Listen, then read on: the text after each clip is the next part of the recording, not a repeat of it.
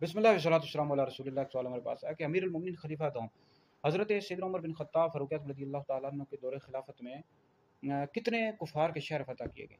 امیر المومنین خلیفہ دوم سیدنا فاروق اعظم رضی اللہ تعالیٰ عنہ کے دور خلافت میں 1036 شہر مع مضافات کے کفار کے فتح کیے گئے۔ اتنی زیادہ ترقی ہوئی، اسلام کا جھنڈا گاڑا گیا۔ فتاوی رضویہ نمبر 5 میں کہ سیدنا فاروق اعظم رضی اللہ تعالیٰ عنہ کے مبارک دور میں 1036 شہر مع مضافات کے فتح ہوئے اور 4000 مساجد کی تعمیر ہوئی، 9 سمندر تیار ہوئے۔ تو اتنی زیادہ ترقی ہوئی ہے خلیفہ دوم سیدنا فاروق اعظم رضی اللہ تعالیٰ عنہ کے مبارک دور میں۔ تو حضور علیہ الصلوۃ والسلام نے آپ کے لیے دعا بھی فرمائی تھی کہ اللہ اسلام کو عزتیں عطا فرما عمر بن خطاب کے ذریعے، اور اگر میرے بعد کوئی نبی ہوتے تو عمر بن خطاب ہوتے۔